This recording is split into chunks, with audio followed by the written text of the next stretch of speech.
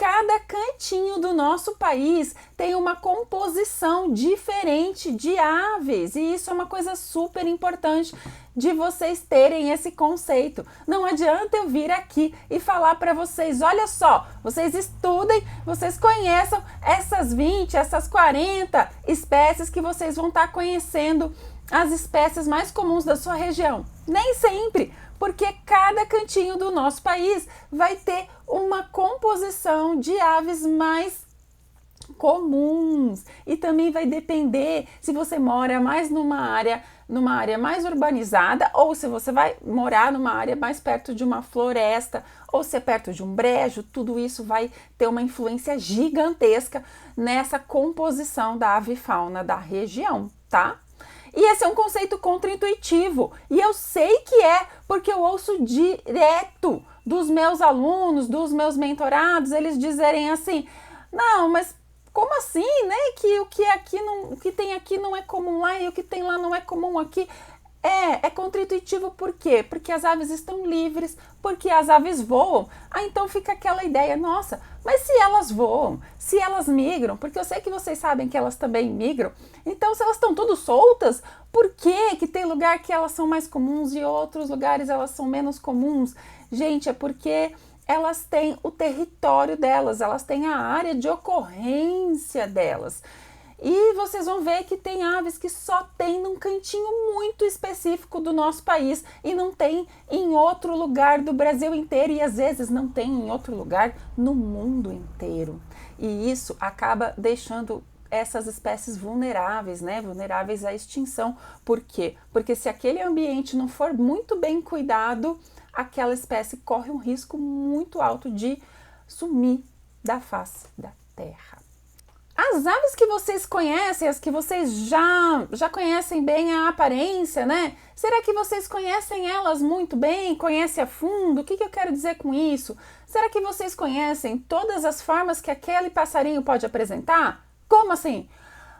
Dependendo da idade, vocês vão ver um passarinho como se fosse diferente. Ele é mais clarinho, né? Mais pardinho. Normalmente os filhotes eles são pardinhos. Também tem uma diferença gritante em muitas espécies de aves entre machos e fêmeas. Às vezes vocês vão ver um macho, vão ver uma fêmea e eles são tão diferentes visualmente que parecem espécies diferentes. E vocês vão ver também que um jovem, ele pode estar mescladinho, ele pode estar ainda com um pouco da plumagem do filhote, que é normalmente parecido com a plumagem da fêmea, e parte da plumagem vai estar já no padrão do macho. Isso daí causa muita confusão nos passarinheiros iniciantes. Eu percebo muito isso.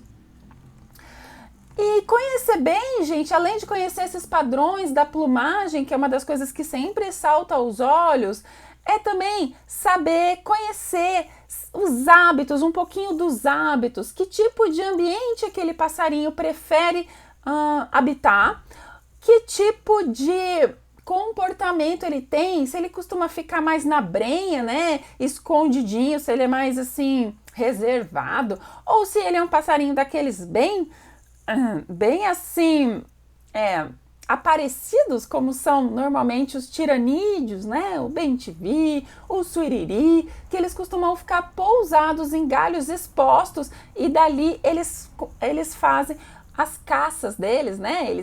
Tem aquele comportamento de flycatcher, que é de voar para capturar normalmente um insetinho, que eles alimentam-se muito de insetos, né? Também é muito interessante quando a gente consegue conhecer, saber várias curiosidades sobre alguns passarinhos, alguns comportamentos interessantes, curiosos, como por exemplo o comportamento de parasitar o ninho dos outros, ou de roubar roubar entre aspas, né?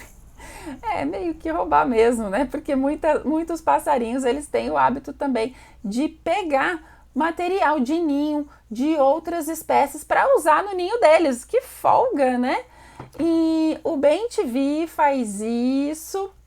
E outras espécies também fazem. Outras, elas vão além nessa questão do roubar, né? Elas não incubam os ovos. Vocês devem conhecer, devem saber que, por exemplo, o chopin é uma espécie de ave que costuma fazer isso. ela vai lá e bota os ovos dela no ninho de outras espécies para que as outras espécies incubem os seus ovos. Elas nunca incubam os ovos dela.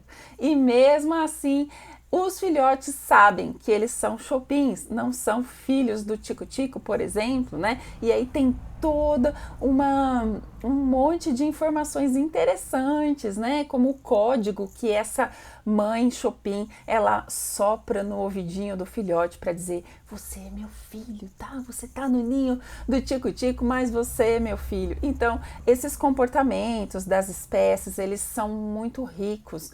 E quando a gente sabe, quando a gente conhece, a gente entra num ciclo de querer conhecer mais e de querer entender mais e de querer passarinhar mais, e isso só traz benefícios, não só para a gente, mas para as aves também, porque o que a gente conhece a gente quer cuidar, a gente quer preservar, e a melhor maneira de preservar as espécies é preservar a casa delas, que é a natureza, e a gente está precisando muito disso, gente, muito, muito, muito. Existe também, gente, uma diferença grande entre conhecer e identificar.